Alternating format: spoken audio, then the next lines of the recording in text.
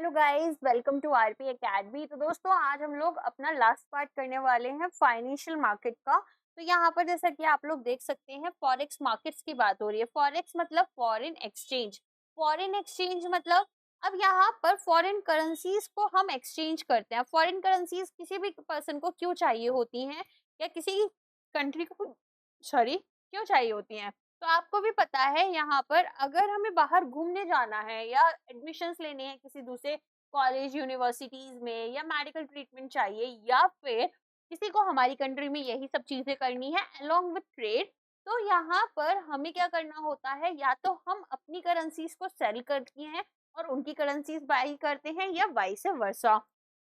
तो बेसिकली मैं ये बोल सकती हूँ कि जो फॉरेन एक्सचेंज मार्केट है, वो हमारा फॉरेक्स मार्केट होता है या एफएक्स मार्केट कहलाता है, जिसमें कि हम करेंसीज जो हैं किसी एक कंट्री की, वो एक्सचेंज कर रहे हैं दूसरी कंट्री के साथ में। अब एक्सचेंज रेट्स की अगर हम बात करें, तो ये वो रेट है जिस पर हम एक करेंसी को खरीदते या बेचते हैं।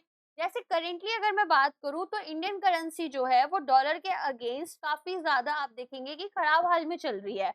तो हम अगर एक डॉलर खरीदना चाहते हैं, तो हमें 87.77 अप्रोक्सीमेटली रुपीज यहाँ पर खर्च करने पड़ेंगे। तो ये जो यहाँ पर मैंने बोला कि $1, ठीक है, $1 इज इक्वल टू 87.77 रुपीज। ये क्या है? ये एक तरीके से कोटेशन है जो मैं आपको कर दे रही हूँ कि कितने रुपीज में आप यहाँ पर $1 खरीद सकते हैं। आ गया समझ में? अब यहाँ पर अगर मैं बात करूं कि भाई डेफिनेशन क्या होगी फॉरेन एक्सचेंज मार्केट की, तो ये डेफिनेशन डेफिनेटली बहुत इंपॉर्टेंट है। क्यों इंपॉर्टेंट है? क्योंकि इस डेफिनेशन को दिया गया है हमारा फॉरेन एक्सचेंज मैनेजमेंट एक्ट के अंडर। ठीक है, तो यहाँ पर ना इस डेफिनेशन को मैं थोड़ा एक्सप्लेन कर समझाऊंगी, तभी आपको इसका मतलब समझ में आ पाएगा। तो जैसे कि आपको यहाँ पर पहले मैं दो चीजें बताती हूँ। आपने सुना होगा करेंट अकाउंट और कैपिटल अकाउंट के बारे में। नहीं सुना है? कोई दिक्कत नहीं है, मैं समझा देती हूँ। करेंट अकाउंट होता है जो मेरे यहाँ पर ट्रांजेक्शन्स हो रहे हैं, उनमें डे टू डे चीजों को रिकॉर्ड कर चल रहा है। ठीक है, तो यहाँ पर इनकम एक्सपेंसेस जो भी हो रहे हैं डे टू डे, रेवेन्यू या फिर एक्सपेंसेस बोल सकते हो, उसको हम रिकॉर्ड कर चलेंगे। लेकिन कैपिटल अकाउंट क्या होता है? जिसमें कि मेरे यहाँ एसेट्स में या फिर मेरी लाइबिलिटीज में कोई चेंज आ रहा है। Now many of you would think that what are assets and what are liabilities. तो देखो, एसेट्स होते हैं, मान लो आपके पास में एक कार है, एक घर है, एक कोई प्रॉपर्टी, लैंड, बिल्डिंग कुछ भी है, गोल्ड है आपके पास में, राइट? तो ये सब मैं बोलूंगी आपके लिए एसेट्स हैं। नाउ टॉकिंग अबाउट लाइबिलिटीज, हो सकता है आपने कोई लोन ले रखा है, कोई भी बोरोइंग्स आपने कर रखी हैं, कुछ अमाउंट आपको फ्यूचर में पे करना है, तो वो हो जाता है लाइबिलिटीज। ठीक है, तो कैपिटल अकाउंट क्या बात करता है कि अगर मेरे एसेट्स या लाइबिलिटीज में कोई चेंजेस आ रहे हैं, तो कैपिटल अकाउंट में यहाँ पर डिफरेंस आएगा। और अगर मेरे यहाँ per day to day revenue या फिर इनकम या एक्सपेंसेस हो रहे हैं, तो वो करेंट अकाउंट में आएंगे। इतना समझ में आया? अब यहाँ पर देखो, फॉरेन एक्सचेंज मैनेजमेंट एक्ट जो है, ये बोलता है फॉरेन एक्सचेंज का मतलब क्या है कि हम फॉरेन करेंसी को, जिसमें आपका क्या क्या आता है, अब ध्यान से याद करते हुए चलना साथ में। फॉरेन करेंसी में आपके डिपॉजिट्स आते हैं, क्रेडिट्स आते हैं, बैलेंसेस जो आपको पे करने हैं किसी भी फॉरेन करेंसी में। ठीक है, वहां पर अब फॉरेन एक्सचेंज क्या होगा? वो आपका फॉरेन करेंसीज कहलाएगा। समझ में आया? तो फॉरेन एक्सचेंज में डिपॉजिट्स, क्रेडिट्स, बैलेंस पेएबल किसी भी फॉरेन करेंसी में, ये सब हमारा फॉरेन करेंसीज कहलाएगा। अब कुछ एग्जांपल्स यहाँ पर क्या होते हैं? डॉलर आपको पता है, यूरो आपको पता है, इसके अलावा यहाँ पर येन होता है ना, जापानीज येन होता है, और क्या क्या हो सकता है? ब्रिटिश पाउंड हो सकता है, राइट? रूबल्स होते हैं, हमने देखा है अलग अलग कंट्री के अपने अपने रूबल्स हो जाते हैं। तो यहाँ पर इसी तरीके से डिफरेंट डिफरेंट करेंसीज हमारे पास देखने के लिए मिलती हैं। नेक्स्ट आता है ड्राफ्ट्स। इसके अलावा ट्रैवलर्स चेक, जो यहाँ पर आपके लिए एक बेसिक चेक की तरह ही होते हैं। जब ट्रैवलिंग करते हैं लोग, तो यहाँ पर लेकर जाते हैं और उस करेंसी में, जिस कंट्री के में गए हैं घूमने, वहां की करेंसी के उसमें इसको एक्सचेंज कर लेते हैं। चेक्स हो सकते हैं, लेटर ऑफ क्रेडिट्स हो जाते हैं, एक्ट ऑफ एक्सचेंज, या फिर एक्सप्रेस्ड और drawn in Indian currency but payable in any foreign currency. हमने इसमें जब इन्हें बनवाया तो हमने रुपीस पे करे, लेकिन अब हम इसे किसी को देंगे तो वो आपका एक्सचेंज हो जाएगा उस करेंसी के डिनोमिनेशन में। तो अगर एक फाइनेंशियल डॉक्यूमेंट है, जैसे कोई ड्राफ्ट हो गया, ट्रैवलर्स चेक हो गया, लेटर ऑफ क्रेडिट हो गया, या फिर कोई एक्ट ऑफ एक्सचेंज है, तो इसको हम राइट कर रहे हैं इन इंडियन करेंसी, तो ये तब भी हमारा फॉरेन एक्सचेंज में स्टिल इन्वॉल्व हो सकता है कि हम इसको पेमेंट कर सकते हैं फॉरेन करेंसी में। अब आपके दिमाग में बहुत देर तक आ रहा होगा कि मैम ये लेटर ऑफ क्रेडिट क्या होता है। लेटर ऑफ क्रेडिट एक यहाँ पर ऐसा बोल सकते हो कि एक फाइनेंशियल इंस्ट्रूमेंट होता है। एक तो यहाँ पर जैसे एक लेटर होता है, उस लेटर में बैंक यहाँ पर बोलता है कि मेरा जो कस्टमर है, इसको अगर आप सामान बेचोगे और ये पेमेंट नहीं करता है तो इसकी जगह से मैं पेमेंट कर दूंगा। तो क्रेडिट अगर मेरे कस्टमर को चाहिए, अगर बैंक का कस्टमर बी है और इसको क्रेडिट पर सामान खरीदना है ए से, तो यहाँ पर ए को कैसे पता चलेगा कि सामान देना है नहीं देना है? तो ऐसे में bank letter of credit sign कर कर देता है कि अगर इसने पैसा नहीं दिया तो मैं दूंगा। आ गया समझ में? तो इसे हम ट्रेड में यूज करते हैं। नेक्स्ट आ जाते हैं। तो ड्राफ्ट, ट्रेवलर्स चेक्स, ये सब जो हमने देखे हैं, ये हमारे फॉरेन करेंसी की तरह काम कर रहे हैं। अब फीचर्स और फंक्शंस क्या है फॉरेक्स के? तो फॉरेक्स यहाँ पर आपका फॉरेन एक्सचेंज मार्केट, सबसे पहले तो याद रखना, नेशनल हॉलीडे अगर है, जैसे इंडिया का नेशनल हॉलीडे है, तो ये भी ऑफ रहेगा आपके लिए, ठीक है। तो ये आपका 24/7 चलने वाला मार्केट है, जो कि सॉरी 24/5 लिखेंगे यहाँ पर। तो 24 आवर्स आर डे चलता है और हफ्ते में 5 दिन चलता है, सैटरडे एंड संडे ऑफ रहता है, ठीक है। तो यहाँ पर आपका ये क्या देखोगे आप कि कॉन्टिन्यूस ट्रेडिंग आप कर सकते हो वेरियस टाइम जोन्स में, हाई लिक्विडिटी होती है। अब कोई ऐसी करेंसी है भाई कि जिसको बिल्कुल ही रिस्ट्रिक्ट कर दिया है वहां की गवर्नमेंट ने, या फिर उस पर बैन लगा दिया है, तो बात अलग है। अदरवाइज मैक्सिमम करेंसीज जो होती हैं उनको हम एक्सचेंज कर पाते हैं इस मार्केट में। तो ये वर्ल्ड का लार्जेस्ट फाइनेंशियल मार्केट है, जिसमें डेली ट्रेडिंग वॉल्यूम $6 ट्रिलियन से ज्यादा होती है। मतलब डेली बेसिस पर यहाँ पर लोग $6 ट्रिलियन से ज्यादा अपनी करेंसीज को एक्सचेंज कर रहे होते हैं, और हाई लिक्विडिटी आपका इंश्योर करती है कि आप स्मूथली खरीद या बेच पाओगे करेंसीज को। नेक्स्ट यहाँ पर डाइवर्स पार्टिसिपेंट्स की बात आती है। तो एक वाइड रेंज है यहाँ पर पार्टिसिपेंट्स की, जो कि फॉरेक्स मार्केट में कंट्रीब्यूट करते हैं। जैसे बैंक्स हो गए, बिजनेसेस हो गए जो इंटरनेशनल ट्रेड में इन्वॉल्व है ना, जैसे हमने देखा एक्सपोर्ट इंपोर्ट हम करते हैं।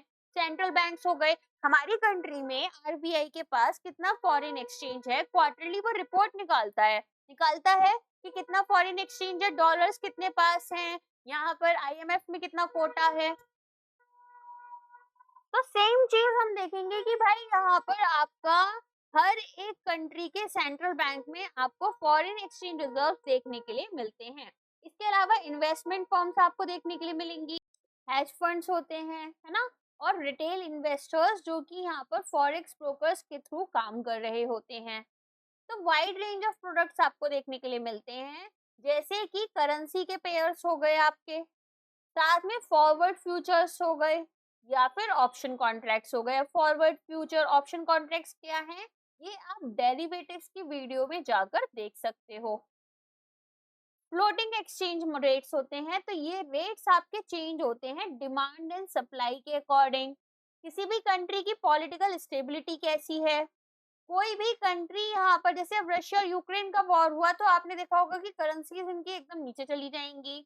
तो यहाँ पर बहुत सारी चीजें देखी जाती हैं, और स्पेक्यूलेशंस यहाँ पर करेंसी मूवमेंट्स का कहीं ना कहीं अपॉर्चुनिटीज क्रिएट करता है। अब कैसे करता है वो मैं आगे धीरे धीरे आपको बताते हुए जाऊंगी। तो फंक्शंस क्या है फॉरेक्स मार्केट के? सबसे पहले तो फैसिलिटेशन यहाँ पर हम इंटरनेशनल ट्रेड का कर पाते हैं।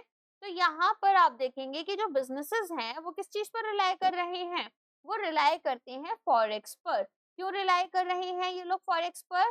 ताकि कन्वर्ट कर पाए यहाँ पर अपनी डोमेस्टिक करेंसी को, जिस करेंसी में उन्हें इंटरनेशनल ट्रांजेक्शन्स करने हैं। मतलब मान लो यहाँ पर एक एक्सपोर्टर है ए, जो कि यूएस में है, और इंडियन इंपोर्टर है, ठीक है। अब जब इंडियन इंपोर्टर है तो आप क्या देखेंगे कि ये जब सामान खरीद कर लेकर आए हैं यूएस से, तो इन्हें डॉलर्स में पेमेंट करनी है। ऐसी सिचुएशन में इनको क्या करना पड़ेगा? ऐसी सिचुएशन में इनको डॉलर्स जो हैं वो बैंक से खरीदनी पड़ेंगी। आगे समझ में? चलिए अब आगे देखते हैं। प्राइस डिस्कवरी क्या है कि भाई कॉन्स्टेंटली हम यहाँ पर ट्रेड एक्टिविटी कर रहे हैं, तो हमें ये पता चल पाएगा कि अलग अलग करेंसीज जो हैं उनका यहाँ पर कितना प्राइस रहेगा, ठीक है। तो यहाँ पर हमें ये भी देखने के लिए मिल जाता है। देन आता है रिस्क मैनेजमेंट। रिस्क मैनेजमेंट में हम क्या करते हैं? रिस्क मैनेजमेंट में हम देखेंगे कि हमारे पास में, आपके पास में क्या होगा कि जो हमारी कंपनीज और इन्वेस्टर्स हैं वो फॉरेक्स को यूज कर कर जो फॉरेन एक्सचेंज फ्लक्चुएशंस हैं उनको हेज कर रही है। हेजिंग होता है प्रोटेक्शन फ्रॉम रिस्क, ठीक है। क्या होता है हेजिंग? प्रोटेक्ट करना खुद को रिस्क से। ओके, तो यहाँ पर हम क्या देख रहे हैं? हम यहाँ पर देख रहे हैं कि हमें वैल्यू जो है हमारे फॉरेन करेंसी एसेट्स की, इन्वेस्टमेंट्स की, उसे बचाना होता है। आगे आते हैं। अब इसके अलावा स्पेक्युलेटिव अपॉर्चुनिटीज होती हैं। स्पेक्युलेटिव अपॉर्चुनिटीज क्या होती हैं? आज मैंने देखा कि भाई मान लो एक एग्जांपल लेते हैं, ट्रम्प ने टैरिफ लगा दिए 50% के। क्या ये टैरिफ जो है वो लॉन्ग टर्म के लिए चल पाएंगे? नहीं चल पाएंगे, ठीक है। तो अभी जब ये शॉर्ट टर्म में टैरिफ्स लगाए तो हमने देखा कि इंडियन रुपी की जो वैल्यू है अगेंस्ट डॉलर वो बहुत ही ज्यादा नीचे गिर चुकी है। तो ऐसी सिचुएशन में हम क्या करेंगे? ऐसी सिचुएशन में हम कोशिश करेंगे कि ठीक है, अगर यही केस है तो ऐसे में हम इसको लो पर बाई कर लेंगे। हम कोई सामान कब खरीदते हैं? जब वो सस्ता होता है। और कब सेल करते हैं? जब वो महंगा होता है। तो ये हम शॉर्ट टर्म में प्रॉफिट अर्न करने के लिए कर रहे हैं। एक और एग्जांपल दे देती हूँ। मान लो एक ऐसी कंपनी है जिसके स्टॉक्स काफी नीचे चले गए। अब वो नीचे क्यों गए? क्योंकि यहाँ पर कुछ मार्केट में टेम्पररी कंडीशन आई।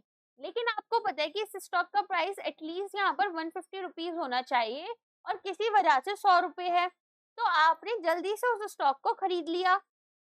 हम कोई भी सामान सस्ते में खरीद रहे हैं, हमने लो पर बाई करा, और जैसे ही 150 पर ये स्टॉक गया हमने उसको सेल कर दिया। तो हमें इस स्टॉक से, इस कंपनी से किसी चीज से प्यार नहीं है। हम क्यों ले रहे हैं इसको? हम सिर्फ और सिर्फ यहाँ पर इस वजह से इसको यूज कर रहे हैं क्योंकि हम ये चाहते हैं कि हमें शॉर्ट टर्म में प्रॉफिट हो जाए। केवल प्रॉफिट ही यहाँ पर हमारा बेसिक पर्पस है। आगे समझ में? आगे बढ़ते हैं। नेक्स्ट आता है हमारे पास यहाँ पर करेंसी ट्रांसफर। तो इंडिविजुअल्स और बिजनेसेस जो हैं वो फॉरेक्स सर्विसेज को यूज कर कर अपनी पैसे को इंटरनेशनल लेवल पर ट्रांसफर कर रहे होते हैं, ठीक है। नेक्स्ट बात करते हैं सेटलमेंट मैकेनिज्म की। तो यहाँ पर अब मैं आपको सेटलमेंट के लिए कुछ टर्म्स सिखाऊंगी। ये होती है वैल्यू डेट। क्या होती है ये?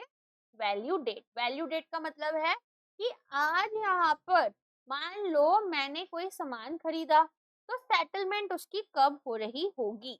तो process of finalising and completing a financial transaction. तो जो लास्ट स्टेप है हमारी डील में, तो यहाँ पर हम क्या मेक श्योर कर रहे हैं कि जो चीजें हमने यहाँ पर करनी है वो हम कंप्लीट करें।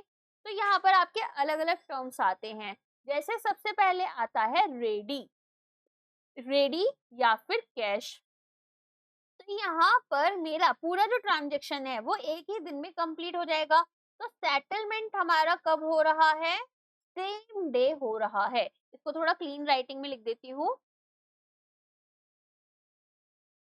देखो, जब सेटलमेंट मेरा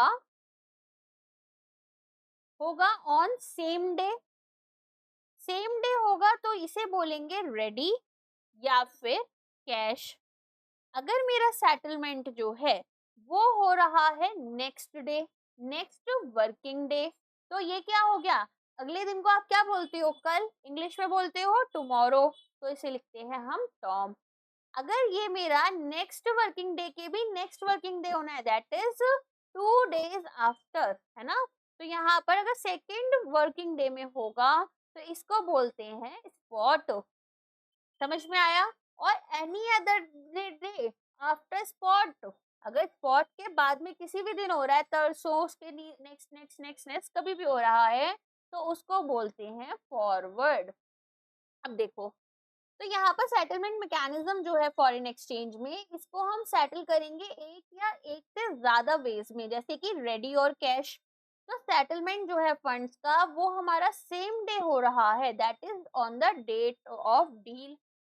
टर्म में हमारा सेटलमेंट नेक्स्ट वर्किंग डे में हो रहा है। टर्म को आप किससे कंपेयर करोगे? टुमारो, टुमारो, ठीक है। फिर आता है स्पॉट। स्पॉट में सेकंड वर्किंग डे होता है, तो सेटलमेंट हमारे फंड्स का नेक्स्ट डे के नेक्स्ट डे हो रहा है, ठीक है। और वर्किंग डे याद रखना, from the following the date of contract और डील। इसके बाद में आता है फॉरवर्ड। फॉरवर्ड में क्या होगा कि जो फंड्स हैं वो किसी भी दिन हमारे स्पॉट डे के बाद हो रहे हैं, ठीक है। तो इस तरीके से हमारे पास क्या होता है, सभी वैल्यू डेट्स आती हैं, जिसके अकॉर्डिंग हम समझते हैं कि हमारा सेटलमेंट कब होगा। अब हम कुछ रेट्स के बारे में पढ़ेंगे, दैट इज एक्सचेंज रेट। तो पूरा जो फॉरेन एक्सचेंज का मार्केट है, वो इस चीज के ऊपर बहुत ज्यादा डिपेंडेंट करेगा कि हमारे एक्सचेंज रेट्स हमें कैसे डिसाइड करने हैं। तो इसे थोड़ा अच्छे से समझाऊंगी। एक्सचेंज रेट क्या होता है कि भाई यहाँ पर हमें क्या करना है, रिलेटिव वैल्यू निकालनी है एक करेंसी की कंपेयर टू अनदर करेंसी। जैसे अगर मैं बात करूँ, एक एग्जांपल ले लेते हैं कि अगर $1 यहाँ पर मान लो आपका कितने का है, आपका है ये ₹87.77, राइट। और ऐसी सिमिलर ले लो यहाँ पर, अगर €1 की बात करें डॉलर के टर्म्स में, तो ये कितना होगा? डॉलर के टर्म्स में ये थोड़ा-सा यहाँ पर कॉस्टली होता है, तो माइट बी 1.25 ले लेते हैं, ठीक? तो यहाँ पर हम क्या देखेंगे कि कितना एक करेंसी हमें चाहिए ताकि हम दूसरी करेंसी को खरीद पाएँ, है ना? अगर मुझे $10 चाहिए, तो मुझे एटलीस्ट यहाँ पर अपने साथ में कितना अमाउंट रखना पड़ेगा? ₹870.77 रखने पड़ेंगे। अब आती है बात यहाँ पर कि types of exchange rate, sorry 877 कुछ रखने पड़ेंगे। तो टाइप्स ऑफ एक्सचेंज रेट्स में हम क्या देखेंगे कि सबसे पहले आता है स्पॉट रेट। तो वैल्यू रेट्स अलग हैं, स्पॉट रेट अलग है, दोनों को साथ में मिक्स मत करना। स्पॉट रेट होता है जो करेंट मार्केट प्राइस है, ठीक है, करेंट मार्केट प्राइस। तो यहाँ पर इमीडिएट एक्सचेंज अगर करेंसीज का करना है, मैं आपसे बोलूं कि आज यहाँ पर हमारे डॉलर का क्या रेट है, तो आप मुझे अभी का रेट बताओगे, ये हो गया स्पॉट रेट। और फॉरवर्ड रेट क्या है कि आज से 10 दिन के बाद क्या रेट हो सकता है, या फिर यहाँ पर ठीक है 20 दिन के बाद या 1 महीने के बाद में क्या रेट हो सकता है। तो ये हम क्यों देख रहे हैं? अब पेमेंट यहाँ पर हमने देखा है कि सप्लायर्स तुरंत नहीं करते। ट्रेड में क्या होता है कि सामान उधार पर जाता है, फिर थोड़े दिन के बाद पेमेंट आती है। तो तब तक अगर रेट्स हमारे करेंसी के बदल जाएंगे, तो यहाँ पर किसी एक पार्टी को प्रॉफिट और एक किसी को लॉस हो सकता है। तो उसी वजह से ना हमें यहाँ पर कुछ चीजों का ध्यान रखना पड़ता है, इसी वजह से हम इसको पढ़ रहे हैं। तो यहाँ पर हम क्या देखेंगे कि एक एग्रीड अपॉन एक्सचेंज रेट है, एक फ्यूचर करेंसी एक्सचेंज कॉन्ट्रैक्ट के लिए, जिसको हमारे बिजनेसेस यूज करते हैं ताकि पोटेंशियल फ्लक्चुएशंस जो हो रही हैं हमारे एक्सचेंज रेट्स में, उनको हैश कर पाए, उन्हें यहाँ पर प्रोटेक्ट कर पाए। How exchange rates are determined, तो सबसे पहले आता है सप्लाई एंड डिमांड। तो प्राइमरी फैक्टर यहाँ पर कि भाई हमारे एक्सचेंज रेट्स को इन्फ्लुएंस करेंगे ग्लोबल सप्लाई और डिमांड फॉर ईच करेंसी। तो करेंसी जिसमें डिमांड हमारी हाई है, वो स्ट्रॉन्गर वैल्यूज रखेंगे compare to those with lower demand. Interest rates की बात करें तो कंट्रीज जिसमें कि हायर इंटरेस्ट रेट्स हैं, देखो सप्लाई एंड डिमांड में तो आप सिंपल समझ सकते हो कि अगर मैं बात करूं डॉलर्स की, है ना, जैसे ही ट्रम्प की गवर्नमेंट आई थी, तो हमने क्या देखा था कि डॉलर्स की डिमांड बढ़ गई, तो डॉलर जो है वो स्ट्रांग हो गया और रुपी वीक हो गया। तो अब हमें $1 खरीदने के लिए ज्यादा रुपीस खर्च करने पड़ रहे थे, है ना। एंड सिमिलरली अगर बात करें इंटरेस्ट रेट्स की, तो देखो होता क्या है इंटरेस्ट रेट्स में, ऐसा मानकर चलो कि हम कोई भी कंट्री ले लेते हैं, एक एग्जांपल लेते हैं यूके का, और एक एग्जांपल ले लेते हैं यूएस का, ठीक है, और ये इंडिया है। अब एक कोई इंडियन है, मान लो मिस्टर यहाँ पर लाल है। अब मिस्टर लाल को चाहिए कि भाई मेरे को ना थोड़ा सा फायदा हो जाए। उन्होंने देखा कि यूके में इंटरेस्ट रेट्स कम है और यूएस में इंटरेस्ट रेट्स हाई हैं, तो उन्होंने क्या किया, पहले यूके से यूरोस को उधार लिया। क्या किया? बोरो करा। कब करा? जहां पर इंटरेस्ट रेट्स लो थे। और जहां इंटरेस्ट रेट्स हाई थे वहां पर इस पैसे को इन्वेस्ट कर दिया। फॉर एन एग्जाम्पल किसी एफडी में डाल दिया, तो मान लो यहाँ से जब बोरो किया तो 5% के इंटरेस्ट रेट पर करा और यहाँ इन्वेस्ट करा 8% के इंटरेस्ट रेट्स पर। अब यहाँ पर इसको इन्होंने लिया होगा तो यूरोज में लिया होगा, इन्वेस्ट करा होगा डॉलर्स में, तो एक रेट और चला होगा कि भाई जैसे हमने देखा था एक यूरो हमारी 1.25 डॉलर्स की है फॉर एन एग्जाम्पल। तो इतने रेट के हिसाब से इन्होंने पहले तो अपनी जो यूरोस परचेज की बोरो करी उनको यहाँ पर सबसे पहले तो डॉलर्स में कन्वर्ट करवाया और डॉलर्स को इन्वेस्ट कर दिया, तो इससे इन्हें प्रॉफिट हो गया, है ना। तो इंटरेस्ट रेट्स अगर किसी कंट्री के हाई हैं तो आप देखेंगे कि वहां पर ज्यादा फॉरेन इन्वेस्टमेंट आएगी। क्यों आएगी, समझ में आ गया। तो डिमांड यहाँ पर बढ़ जाती है उनकी करेंसी की, अब डॉलर की डिमांड बढ़ गई तो एप्रिसिएशन हो जाएगा। इकोनॉमिक परफॉर्मेंस आप कैसा परफॉर्म कर रहे हो, इंडिया जब बहुत अच्छा परफॉर्म कर रहा था तो हमने देखा था एफडीआई बहुत आ रही थी, एफआईआई बहुत ज्यादा आ रहे थे इंडिया में कि अलग अलग फॉरेन इन्वेस्टर्स इन्वेस्ट कर रहे हैं, राइट।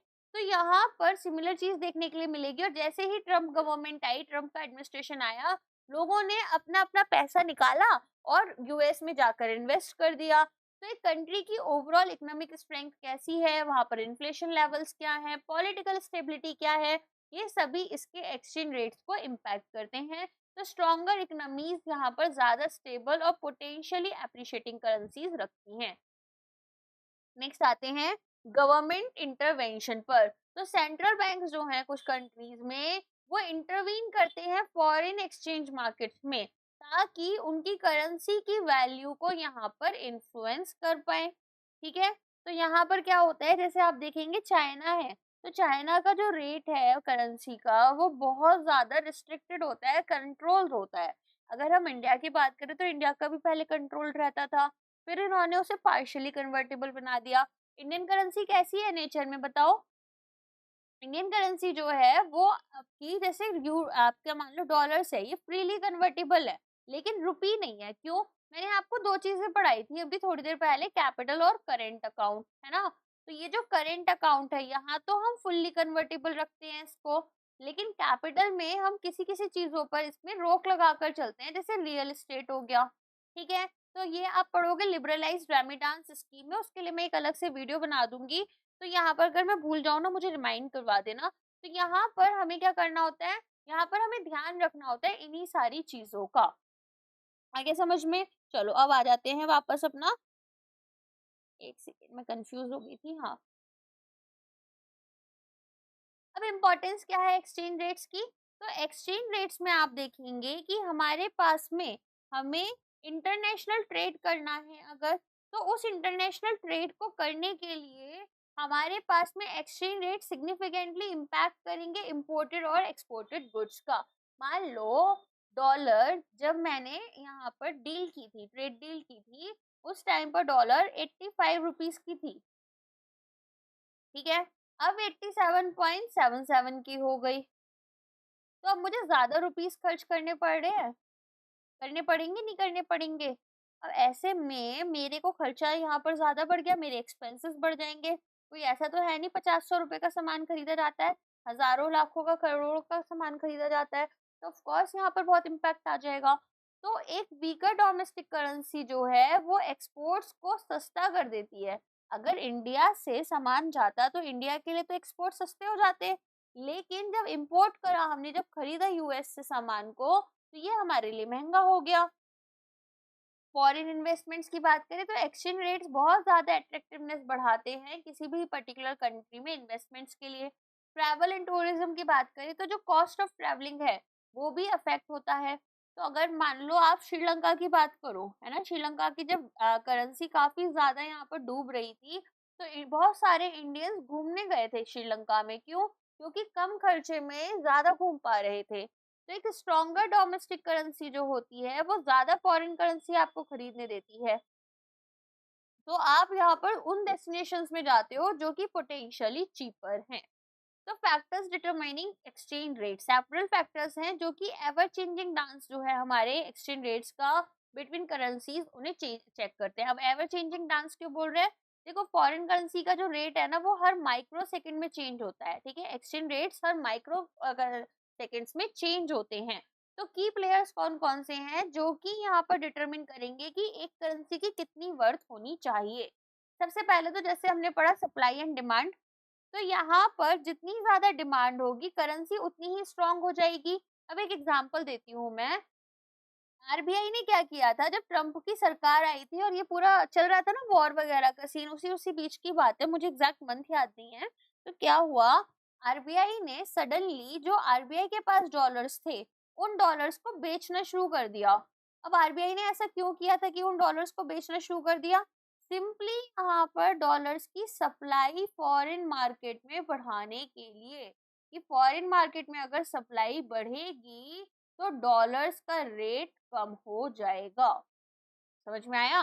तो यहाँ पर जब डिमांड हाई होगी तो करेंसी स्ट्रांग होगी, ज्यादा डिमांड ज्यादा, यहाँ पर जितना हमें क्या पता है सप्लाई एंड डिमांड में कि अगर डिमांड ज्यादा है और सप्लाई कम है तो वो सामान महंगा हो जाता है, सेम आपका करेंसी में लगेगा, तो इसकी वैल्यू एप्रिशिएट हो जाती है, ये स्ट्रांग हो जाता है कंपेयर टू अदर करेंसीज। तो डिमांड यहाँ पर ड्रिवन हो रही है बाय फैक्टर्स लाइक एक स्ट्रांग या स्टेबल इकोनॉमी है ना, इसके अलावा इंटरेस्ट रेट्स जहाँ पर हाई हैं और पॉलिटिकल स्टेबिलिटी है। लो डिमांड है, अगर कम डिमांड आ रही है, जैसे इंडिया में क्या हुआ सडनली इन्वेस्टर्स छोड़कर जा रहे थे तो वो इंडियन रुपीस की सप्लाई बढ़ा रहे थे, तो ऐसी सिचुएशन में डिमांड कम थी तो हमारी जो वैल्यू थी करेंसी की वो डेप्रिशिएट होती जा रही थी। तो वीक इकोनॉमिक परफॉर्मेंस यहाँ पर अगर हमारी है, स्ट्रगलिंग इकोनॉमी है, हाई इन्फ्लेशन है, अनएम्प्लॉयमेंट बढ़ रहा है, तो फॉरेन इन्वेस्टमेंट कम हो जाएगी। लो इंटरेस्ट रेट्स की बात करें तो यहाँ पर इन्वेस्टर्स क्या करते हैं, लेस इंटरेस्टेड होते हैं उस करेंसी को होल्ड करने में जहां पर इंटरेस्ट रेट्स कम है, तो वो लोग क्या कर रहे थे, हाई इंटरेस्ट रेट्स वाली जगह पर इन्वेस्टमेंट करना चाहते थे। अब इंटरेस्ट रेट्स यहाँ पर बहुत ही इंपॉर्टेंट रोल प्ले कर रहे हैं, मैंने पूरा समझाया था कि किस तरीके से। तो कंट्रीज जिनके इंटरेस्ट रेट्स हाई हैं वो एक ग्रेटर इंसेंटिव देते हैं for foreign investors to park their funds, कहाँ पर, बॉन्ड्स में या अदर इंस्ट्रूमेंट्स में। तो ये जो डिमांड है ये आपकी बढ़ रही है फॉरेन करेंसी की ताकि आप यहाँ पर एप्रिसिएशन कर पाओ करेंसी का। इकोनॉमिक परफॉर्मेंस, तो एक कंट्री की जो ओवरऑल इकोनॉमिक हेल्थ है वो सिग्निफिकेंटली इसके एक्सचेंज रेट्स को इम्पैक्ट करेगी। तो हम क्या देखेंगे कि स्ट्रॉन्ग इकोनॉमी हमारी स्ट्रॉन्गर करेंसी बनाती है। अब अगर स्ट्रॉन्ग करेंसी है तो हमारे पास में क्या होगा, यहाँ पर हमारी करेंसी की डिमांड ज्यादा होगी, हाई जीडीपी ग्रोथ, लो अनएम्प्लॉयमेंट, स्टेबल इन्फ्लेशन, ये सारी चीजें आ गई। देन आ जाता है गवर्नमेंट इंटरवेंशन, तो लेस कॉमन है, अब उतना कॉमन नहीं है, पहले बहुत होता था। तो सेंट्रल बैंक्स कुछ कंट्रीज के इंटरवीन करते हैं फॉरेन एक्सचेंज मार्केट में, जैसे मैंने भी आरबीआई का एग्जांपल दिया, ताकि उनकी करेंसी की वैल्यू को इन्फ्लुएंस कर पाए। तो कैसे कर सकते हैं, या तो बाई करना शुरू करें या सेल करना शुरू कर दे डोमेस्टिक करेंसीज को। तो यहाँ पर सेंट्रल बैंक्स अपनी खुद की करेंसीज को अगर बाई कर रहे हैं तो उसकी डिमांड बढ़ा देंगे, तो उसकी वैल्यू बढ़ जाएगी। कन्वर्सली वो अपनी करेंसीज को अगर बेच रहे हैं तो सप्लाई बढ़ा रही हैं, तो उससे वैल्यू जो है वो कम हो जाएगी। अदर फैक्टर्स क्या है, जैसे स्पेक्यूलेशन मैंने समझाया था, स्पेक्यूलेशन कौन सा वाला, जिसमें बाई लो सेल हाई कर रहे थे। तो करेंसी ट्रेडर्स स्पेक्यूलेट करेंगे कि भाई फ्यूचर मूवमेंट्स क्या है एक्सचेंज रेट्स की, अकॉर्डिंगली शॉर्ट टर्म फ्लक्चुएशंस देखने के लिए मिलेंगी। कमोडिटी प्राइसेस, तो कंट्रीज जो है वो क्या करती हैं, वो यहाँ पर बेसिकली मेजर एक्सपोर्टर्स है अगर, ठीक है, तो फिर उनकी कमोडिटीज भी इन्फ्लुएंस कर सकती हैं ग्लोबल प्राइसेस से, या इन्फ्लुएंस हो जाती हैं। कैसे कि भाई कमोडिटीज की डिमांड बढ़ रही है, कमोडिटीज की डिमांड बढ़ेगी तो फिर पेमेंट उनकी करेंसी में की जाएगी, है ना, जैसे यूएस से हमने सामान खरीदा तो यूएस की पेमेंट की डॉलर्स में, राइट। नेक्स्ट आ जाते हैं appreciation and depreciation of the exchange rate, इसे मैं बहुत सादा टर्म्स में समझा देती हूँ। एक डॉलर एक टाइम पर 60 रुपीज की थी, एक डॉलर एक टाइम पर 85 रुपीज की हो गई, एक डॉलर एक टाइम पर 87.77 रुपीज की हो गई, और मैं ऐसा मानकर चलती हूँ कि एक टाइम ऐसा आएगा कि एक डॉलर यहाँ पर 80 रुपीज की हो जाएगी, ठीक है। अब यहाँ पर देखो, अब मुझे अपना, अगर पहले मैं इंडिया के पर्सपेक्टिव में देख लेती हूँ, ठीक, इंडिया के पर्सपेक्टिव से मैं ये बोलूंगी कि केस वन में मुझे कम रुपीस खर्च करने पड़ते हैं ताकि मुझे ज्यादा डॉलर्स मिल जाएं। केस टू में मुझे केस वन के कंपैरिजन में ज्यादा रुपीस खर्च करने पड़ रहे हैं और फिर कम डॉलर्स मिलते हैं। केस थ्री में और भी ज्यादा रुपीस खर्च करने पड़ेंगे और डॉलर्स कम मिल रहे हैं। केस फोर में रुपीस मुझे कम खर्च करने पड़ेंगे और ज्यादा डॉलर्स मिल जाएंगे। तो मैं ये बोल सकती हूँ कि जब मुझे ज्यादा पैसा खर्च करना पड़ रहा है तो मेरी यहाँ पर करेंसी जो है वो वीक हो गई, यहाँ और ज्यादा वीकर हो गई है ना। यहाँ पर स्ट्रॉन्ग है कंपैरेटिवली और यहाँ पर हम इसको मॉडरेट कर देंगे या स्ट्रेंथ थोड़ी सी दे देंगे। अब आ जाओ डॉलर के केस में, तो डॉलर यहाँ पर वीक है क्योंकि अब मुझे अगर रुपीस खरीदने पड़े तो ज्यादा डॉलर्स देने पड़ेंगे अगर फर्स्ट केस की बात करें। सेकंड केस में मुझे कम डॉलर्स खर्च करने पड़ेंगे, थर्ड केस में और भी कम डॉलर्स खर्च करने पड़ेंगे और ज्यादा रुपीस मुझे मिल जाएंगे, है ना। तो यहाँ पर यही चीज हम देख रहे हैं कि एक जो कंट्री है उसके में वैल्यू कब एप्रिशिएट हो रही है, डॉलर की वैल्यू अगर मैं बात करूं यहाँ पर एप्रिशिएट हुई, यहाँ पर एप्रिशिएट हुई और इंडियन करेंसी की डेप्रिशिएट हो रही है। तो ये आपको ये बताते हैं कि कितना करेंसी आपको चाहिए कि आप यहाँ पर 1 यूनिट खरीद पाओ दूसरी करेंसी की, कितने रुपीस चाहिए कि मैं यहाँ पर $1 खरीद पाऊँ। तो एक्सचेंज रेट्स फ्लक्चुएट करते हैं और ये जो फ्लक्चुएशंस हैं ये एप्रिसिएशन डेप्रिसिएशन कहलाती हैं। एप्रिशिएट कब होगी, जब वैल्यू बढ़ गई in relation to another currency. Simply बोलें तो यहाँ पर less of the appreciating currency हमें मिलती है to buy the same amount of other currency, ठीक है। और डेप्रिसिएशन में क्या है कि इसकी वैल्यू कम हो गई, जैसे रुपए की वैल्यू कम होती जा रही है इन दिनों, तो यहाँ पर हमें ज्यादा डेप्रिशिएटिंग करेंसी को खर्च करना पड़ेगा ताकि हम डॉलर्स को कम से ज्यादा अपना सेम डॉलर्स को खरीद पाए, है ना। तो बेसिकली हमें क्या करना पड़ रहा है, डेप्रिसिएशन में एक करेंसी को बहुत ज्यादा खर्च करना पड़ रहा है तब हम सेम यूनिट्स हमारी खरीद पा रहे हैं दूसरी करेंसी की। तो फैक्टर्स क्या हैं जो अफेक्ट करते हैं डेप्रिसिएशन को। सबसे पहले तो स्ट्रॉन्गर इकोनॉमी, तो स्ट्रॉन्ग और स्टेबल इकोनॉमी होती है यहाँ पर लो अनएम्प्लॉयमेंट होता है, हाई जीडीपी ग्रोथ होती है, तो ये आपके यहाँ पर अट्रैक्टिव होती है फॉरेन इन्वेस्टर्स के लिए। हाई इंटरेस्ट रेट्स अगेन यहाँ पर आपको अट्रैक्टिव डेस्टिनेशन बनाते हैं, है ना। लो इन्फ्लेशन भी यहाँ पर प्राइस स्टेबिलिटी लेकर आते हैं और पॉलिटिकल स्टेबिलिटी भी एक अच्छी इकोनॉमी लेकर आती है। डेप्रिसिएशन, इकोनॉमी कमजोर है, इंटरेस्ट रेट्स काफी लो हैं, इन्फ्लेशन बहुत बढ़ता जा रहा है और करेंट अकाउंट डेफिसिट क्या है, जब एक कंट्री के इंपोर्ट यहाँ पर बढ़ते जा रहे हैं और इसके एक्सपोर्ट्स कम हो रहे हैं, तो ऐसे में उस कंट्री में हमें क्या देखने के लिए मिलेगा, हमें देखने के लिए मिलेगा कि हमारा करेंट अकाउंट डेफिसिट हो गया है, ठीक है। इम्पैक्ट क्या होगा एप्रिसिएशन एंड डेप्रिसिएशन का, तो सबसे पहले तो इंटरनेशनल ट्रेड में हम देखेंगे कि कंट्री के जो एक्सपोर्ट्स हैं वो एक्सपेंसिव हो जाएंगे, डॉलर्स ज्यादा हमें खरीदनी पड़ेंगी, महंगी हो जाती है डॉलर्स, जिसकी वजह से उसका एक्सपोर्ट हमारे लिए महंगा हो गया और इंपोर्ट सस्ते हो जाते हैं, तो हमारी जो एक्सपोर्ट कॉम्पिटिटिवनेस है वो हार्म हो रही है। कन्वर्सली अगर डेप्रिसिएशन है तो एक्सपोर्ट्स को सस्ता कर लेगी। अब अगर डेप्रिसिएशन हुआ और इंडियन से किसी को सामान लेना है ना, तो उनके लिए तो फायदा हो गया, अब उन्हें कम अपनी करेंसी खर्च करनी पड़ेगी और ज्यादा रुपीस मिल जाएंगे। तो बेसिकली आप इसको एक बार ना पेन पेपर पर लिख कर देखना, आपको समझ आ जाएगा अगर कंफ्यूजन हो रही है तो, क्योंकि इसमें थोड़ा थोड़ा कंफ्यूजन हो जाता है, वैसे जैसे मैंने समझाया वैसे भी समझ सकते हो। फॉरेन इन्वेस्टमेंट्स की बात करें तो करेंसी एप्रिसिएशन डिस्करेज कर रही है फॉरेन इन्वेस्टमेंट्स को, क्योंकि इन्वेस्टर्स को कम रिटर्न्स मिल रहे हैं।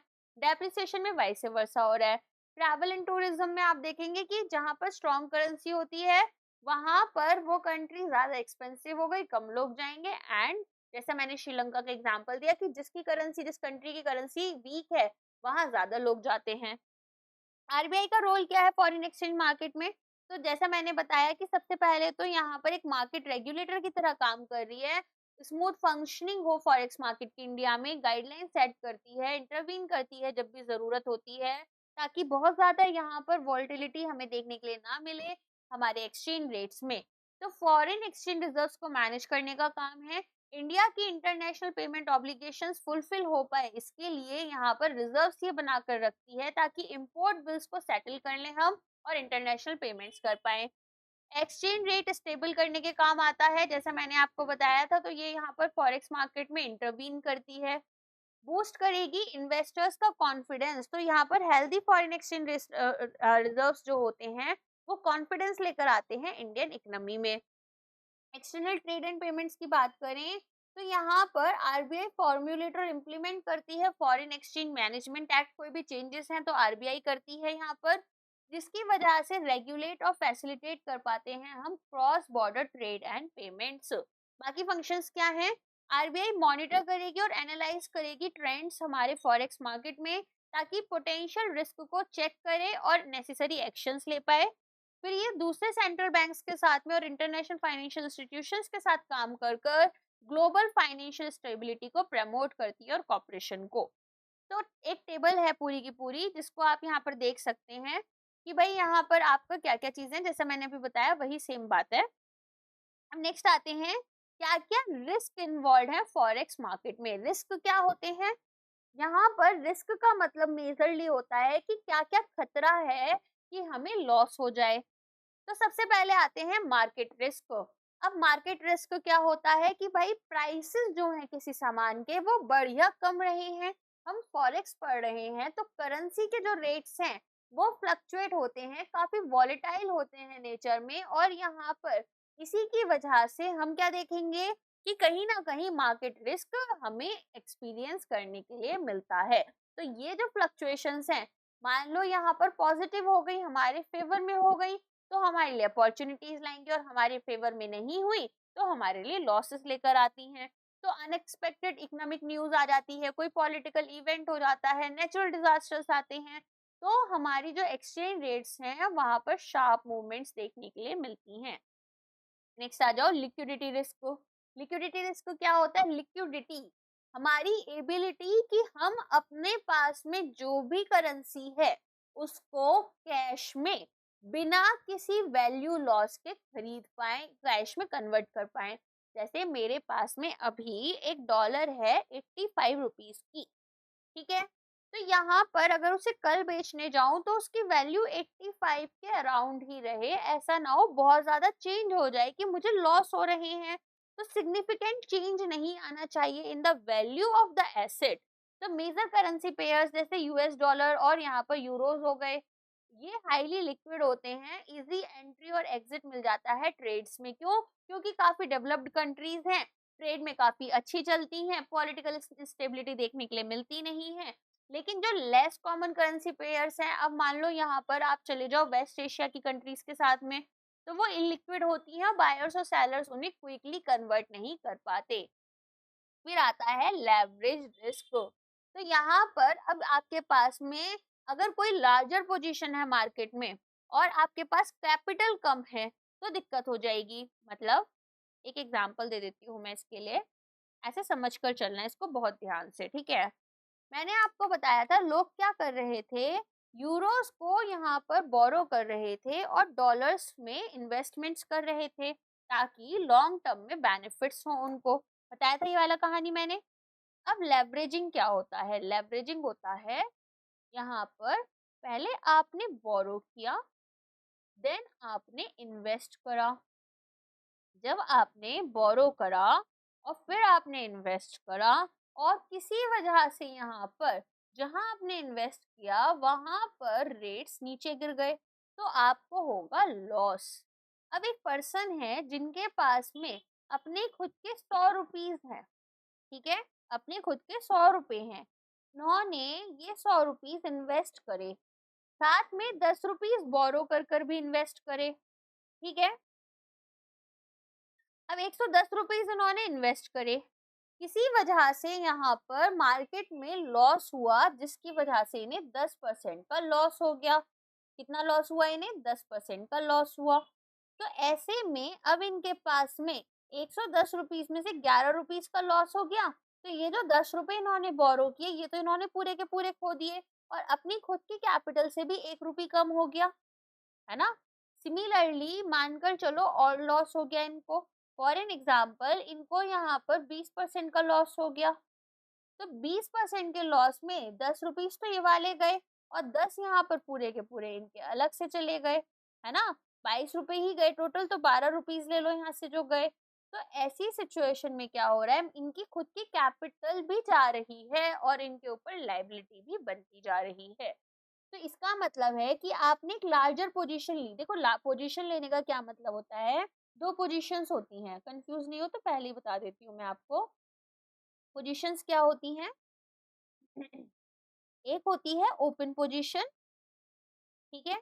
ओपन पोजीशन यहाँ पर क्या होगी? ओपन पोजीशन होगी कि मैं यहाँ पर कोई भी ट्रांजेक्शन, कोई भी अपनी डील है जो कि कर रही हूँ, अभी इसमें सेटलमेंट वगैरह होनी बची हैं, ठीक।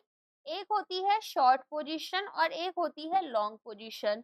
शॉर्ट का मतलब होता है सेल करना अपने एसेट्स को, और लॉन्ग का मतलब होता है बाई करना। कोई चीज आप खरीदते जाओ तो आपके पास बड़ा स्टॉक बन गया, लॉन्गर स्टॉक बन गया, बेचते जाओ शॉर्ट स्टॉक बन गया, ठीक। अब यहाँ पर लार्जर पोजीशन हमने मार्केट में कैसे ली थी कि 10 रुपीज बोरो करे, 100 अपनी कैपिटल लगाई, तो हमारे पास रिलेटिवली स्मॉलर अमाउंट का कैपिटल था।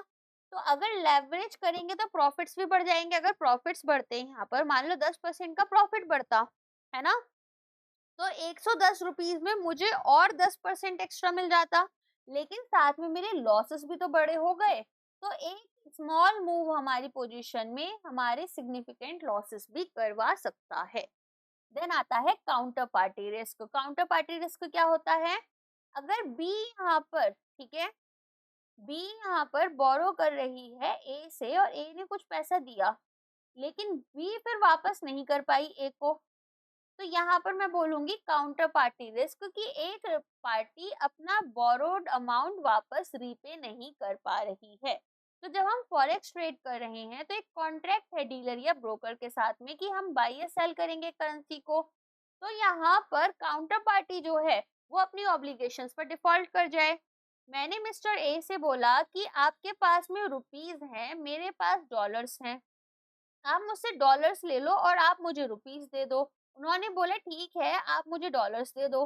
मैंने उन्हें डॉलर्स दिए, वो यहाँ से मेरे साथ फ्रॉड कर गए, या वो किसी वजह से मुझे रुपीस दे नहीं पाए, मान लो उनके रुपीस चोरी हो गए, तो यहाँ पर एक्चुअली लॉस जो हो रहा है वो मुझे हो रहा है, ठीक है। तो यहाँ पर हमारे पास क्या देखने के लिए मिलेगा कि आपके पास काउंटर पार्टी रिस्क है। तो यहाँ पर डिफॉल्ट कर गए मिस्टर ए अपनी ऑब्लिगेशंस पर, स्पेशली जब वो डील कर रहे थे एक लेस रेप्यूटेबल ब्रोकर के साथ में। अब आती है ऑपरेशनल रिस्क। ऑपरेशनल रिस्क क्या है? फॉरेक्स ट्रेडिंग प्लेटफॉर्म्स जो हमारे इलेक्ट्रॉनिकली ऑपरेट कर रहे हैं, तो टेक्निकल इश्यूज आ गए, सर्वर्स डाउन हो गए, हम यहाँ पर कोई डील करने जा रहे थे, सडनली पेमेंट बीच में अटक गई, तो ये होते हैं मेरे ऑपरेशनल रिस्क। ऑपरेशंस परफॉर्म करने में कोई गड़बड़ हो रही है, नेचुरल डिजास्टर्स भी यहाँ पर ऑपरेशनल रिस्क का ही एक एग्जाम्पल होते हैं। तो आप एंटर या फिर एग्जिट नहीं कर पा रहे हो ट्रेड से एट क्रिटिकल मोमेंट। एक पॉइंट आया इसके बाद में, मुझे पता था कि जो करेंसी है वो मुझे लॉस देना शुरू करेगी, तो मैंने सोचा एग्जिट ले लेती हूँ। यहाँ पर सर्वर्स ही नहीं चले, इंटरनेट नहीं आया, फॉर एन एग्जाम्पल, बहुत छोटा सा एग्जाम्पल ले लेते हैं, ठीक है। फिर क्या होगा, मैं एग्जिट ले नहीं पाऊंगी और मुझे लॉसेस शुरू हो जाएंगे। इसके अलावा और क्या रिस्क हो सकते हैं? Margin calls. मार्जिन कॉल्स क्या होते हैं? मार्जिन कॉल्स होते हैं एक मार्जिन अमाउंट होती है ना। तो मैंने आपको डेरिवेटिव्स में से पढ़ाया हुआ है मार्जिन को, कि एक मार्जिन अमाउंट होती है, दोनों पार्टीज यहाँ पर कुछ कुछ पैसा अपना संभाल के रखती हैं, और जिसको भी लॉस हो रहा होता है उसका पैसा डूबता चला जाता है, वो कम होता चला जाता है मार्जिन से। तो या तो आप एग्जिट ले लो इस पूरे ट्रेड से, या तो आप क्या कर सकते हो, इस लॉस को झेलते रहोगे, तो आपका जब पूरा मार्जिन अमाउंट खत्म हो गया, तो जिस भी एक्सचेंज पर आप यहाँ पर चीजें कर रहे थे वो आपको कॉल कर कर बोलेगा कि मार्जिन अमाउंट को रिफिल करो। तो यहाँ पर आपको मार्जिन कॉल मिल जाती है। अगर आपकी अकाउंट इक्विटी सर्टेन लेवल के नीचे गिर जाती है, तो आपको एडिशनल फंड्स यहाँ पर डिपॉजिट करने हैं ताकि आप अपनी पोजीशन को मैनेज कर पाओ, या फिर फोर्स लिक्विडेशन करना पड़ेगा। इमोशनल ट्रेडिंग, तो यहाँ पर कई बार क्या होता है, जैसे इमोशनल ट्रेडिंग का एक बहुत ही अच्छा एग्जांपल है इस बार के इलेक्शंस, जब लोगों ने सोचा कि बीजेपी गवर्नमेंट जो है वो पावर में आ जाएगी और कोलिशन गवर्नमेंट आई, और यहाँ पर हमने ट्रस्ट दिखाया था, जो अमित शाह का यहाँ पर पूरा बयान था, नरेंद्र मोदी का बयान था। प्लीज पॉलिटिकल चीजों में मत जाना, थोड़ा समझने के लिए समझो।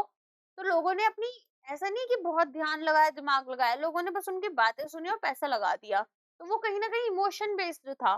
तो एक यहाँ पर ग्रीड की एक तरीके से बोल सकते हैं, या तो कोई फियर होता है, तो आप उसके हिसाब से ट्रेडिंग डिसीजंस लेते हो और आपकी जजमेंट खराब हो जाती है और इम्पल्सिव एक्शंस आप लेने लग जाते हो। ठीक है, और इसी के साथ में आपका ये कंप्लीट हो जाता है। डिस्क्रिप्टिव क्वेश्चंस यहाँ पर आप लोग अपने आप लगा लेना, आपको पीडीएफ में मिल ही जाते हैं। ठीक है, तो एक बार अच्छे से इनको लगा कर देख लेना। ऑल्सो जितना पढ़ाया है मैं बहुत ही लेमैन लैंग्वेज में आपको समझाती हूँ, बहुत ल्यूसिड से एग्जांपल्स देकर, है ना। तो आपको क्या करना है, जब एक बार समझ लिया, फिर अच्छे से पीडीएफ को पढ़ना है। क्यों पढ़ना है? क्योंकि जो टेक्निकल टर्म्स मैं समझाती हूँ वो रिवाइज हो जाए, और एग्जामिनर आपको आपके एग्जाम में जो लैंग्वेज यूज करता है वो लैंग्वेज करता है टफ वाली। तो जो सर ने नोट्स बनाए हैं उसमें वो लैंग्वेज उस स्टैंडर्ड को मीट करती है जो यहाँ पर मैं आपको एग्जाम में देखने के लिए मिलेगी। और इसीलिए आपके लिए जरूरी है कि जो मॉक टेस्ट आपने खरीदे हैं उन मॉक टेस्ट को भी आप लगाओ। आपका वो इन्वेस्टमेंट आपको बहुत अच्छे रिटर्न्स देगा। ठीक है, इस इन्वेस्टमेंट में रिटर्न्स अगर चाहिए तो हार्डवर्क रखना पड़ेगा। एक बार पैसा लगाकर कोर्स खरीद कर सिंपल क्लासेस कथा की तरह सुनने से एग्जाम क्लियर नहीं होगी। कड़वा सच है, सच्चाई है, अच्छे से समझ लो। ठीक है, आपके भले के लिए बोल रही हूँ, मुझे अच्छे खासे इंटरव्यूज का एक्सपीरियंस है। I know what kind of language is being asked in the exam, and जितना अच्छे लैंग्वेज का आपके ऊपर कमांड बनेगा, जितना अच्छे से आप चीजें करोगे, उतना अच्छा इंप्रेशन क्रिएट होगा। ओके, चलो अब मिलते हैं नेक्स्ट क्लास में। Thank you so much.